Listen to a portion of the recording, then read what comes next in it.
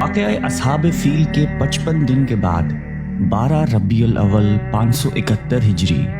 ایک ایسا نرالا اور عظمت والا دن ہے کہ اس روز عالم ہستی کے ایجاد کا باعث، گردش لیل و نہار کا مطلوب، خلق آدم کا رمز، کشتی نوح کی حفاظت کا راز، بانی کعبہ کی دعا، ابن مریم کی بشارت کا ظہور ہوا۔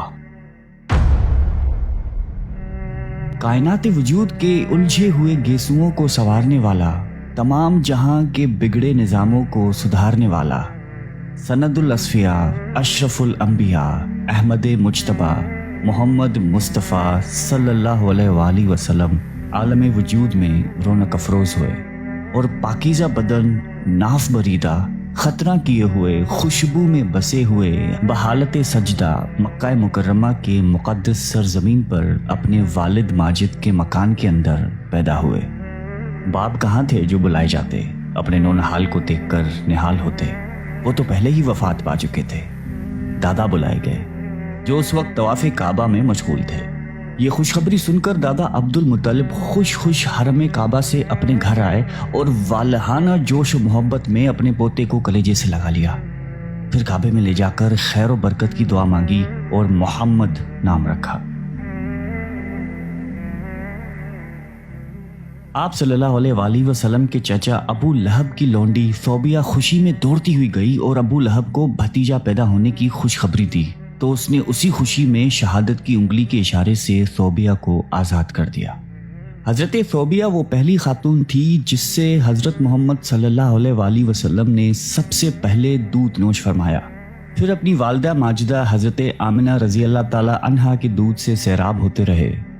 پھر حضرت حلیمہ سعدیہ رضی اللہ تعالی عنہا آپ کو اپنے ساتھ لے گئیں اور اپنے قبیلے میں رکھ کر آپ کو دودھ پلاتی رہیں، اور انہی کے پاس آپ صلی اللہ علیہ وآلہ وسلم کے دودھ پینے کا زمانہ گزرا۔ شرفائے عرب کی یہ عادت تھی کہ وہ اپنے بچوں کو دودھ پلانے کے لیے گرد و نواح دیہاتوں میں بھیج دیتے تھے۔ دیہات کی صاف ستھری آب و ہوا میں بچوں کی تندرستی اور جسمانی صحت بھی اچھی ہو جاتی تھی اور خالص اور فصیح عربی زبان بھی سیکھ جاتے تھے، کیونکہ شہر کی زبان باہر کے آدمیوں کے میل جول سے خالص اور فصیح و بلیغ زبان نہیں رہا کرتی۔ حضرت حلیمہ رضی اللہ تعالی عنہا کا بیان ہے کہ میں اپنے قبیلے بنی سعد کی عورتوں کے ہمراہ دودھ پینے والے بچوں کی تلاش میں مکے کو چلی۔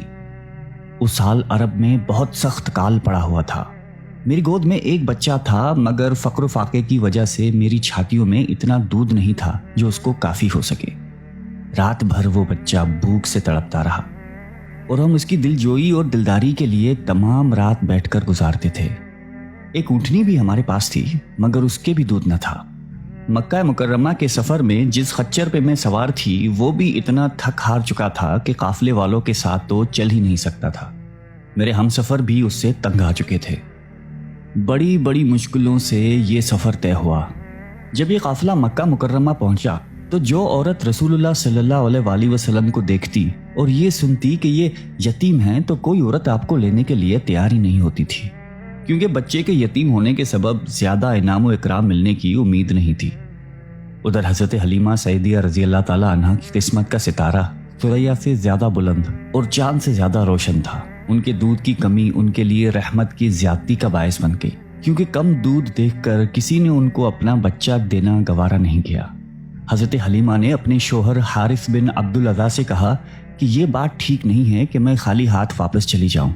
اس سے تو بہتر ہے کہ ہم اسی یتیم کو لے کر چلتے ہیں۔ شوہر نے اس کو منظور کر لیا اور حضرت حلیمہ رضی اللہ تعالی عنہا اس یتیم کو لے کر آئیں، جس سے صرف حضرت حلیمہ اور حضرت آمنہ کے گھر میں ہی نہیں بلکہ کائنات عالم کے مشرق و مغرب میں اجالا ہونے والا تھا۔ یہ خداوند قدوس کا فضل عظیم ہی تھا کہ حضرت حلیمہ رضی اللہ تعالی عنہا کی سوئی ہوئی قسمت بیدار ہو گئی اور سرور کائنات صلی اللہ علیہ وآلہ وسلم ان کی آغوش میں آ گئے۔ اپنے خیمے میں لا کر جب دودھ پلانے بیٹھی تو باران رحمت کی طرح برکات نبوت کا ظہور شروع ہو گیا۔ خدا کی شان دیکھیے کہ حضرت حلیمہ رضی اللہ تعالی عنہا کے چھاتی میں اس قدر دودھ اترا کہ رحمت عالمین صلی اللہ علیہ وآلہ وسلم نے بھی اور ان کے رضائی بھائی نے بھی خوب سیر ہو کر دودھ پیا اور دونوں آرام سے سو گئے۔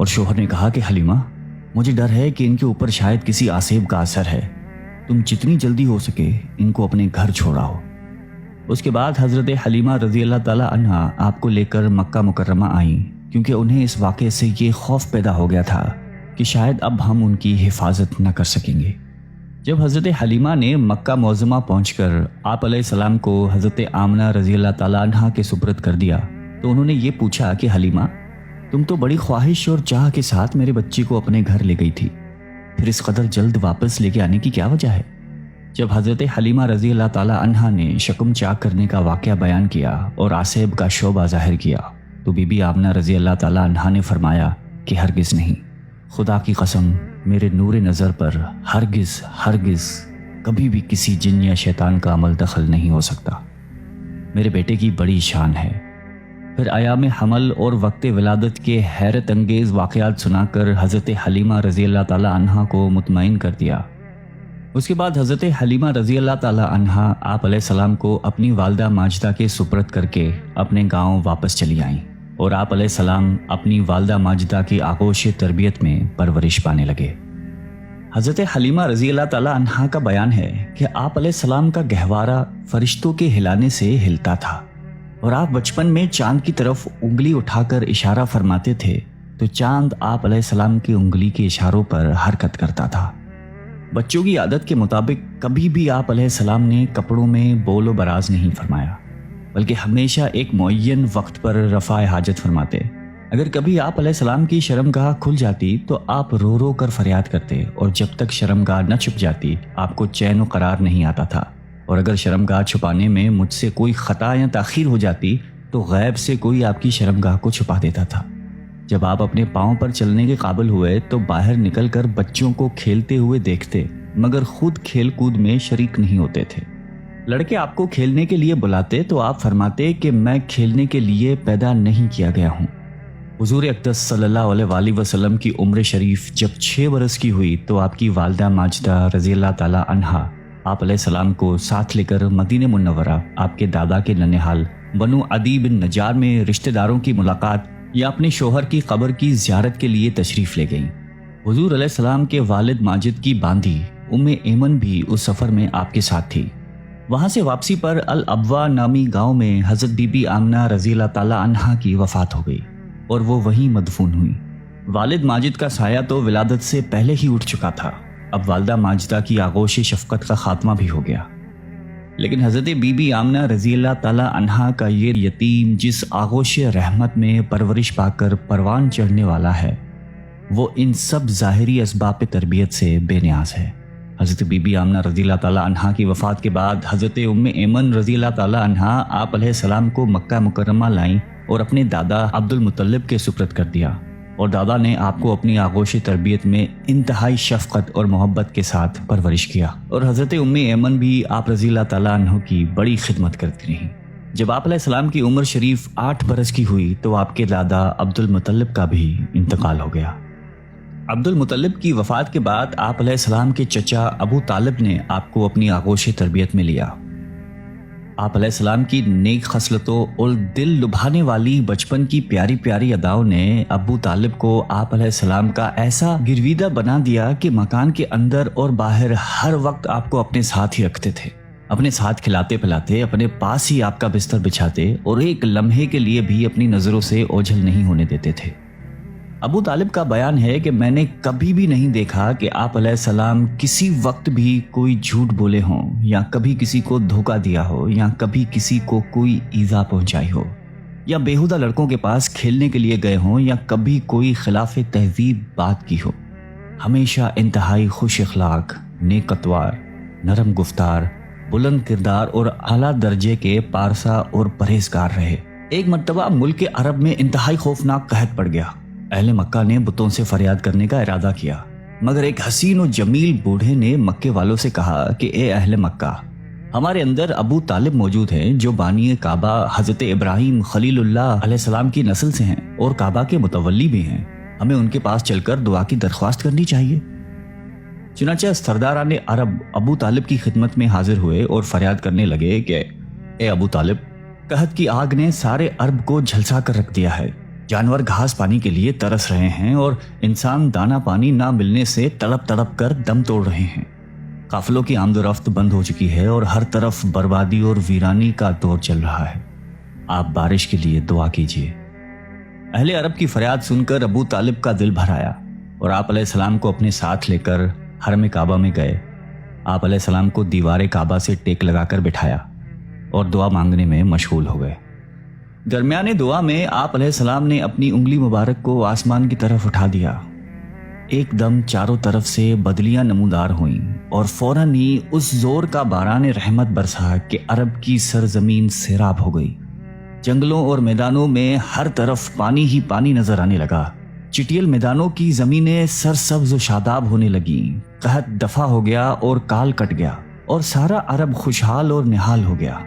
جب حضور اکرم صلی اللہ علیہ وآلہ وسلم کی عمر شریف 12 برس کی ہوئی تو اس وقت ابو طالب نے تجارت کے غرض سے ملک شام کا سفر کیا۔ ابو طالب کو چونکہ حضرت محمد صلی اللہ علیہ وآلہ وسلم سے بہت ہی والہانہ محبت تھی،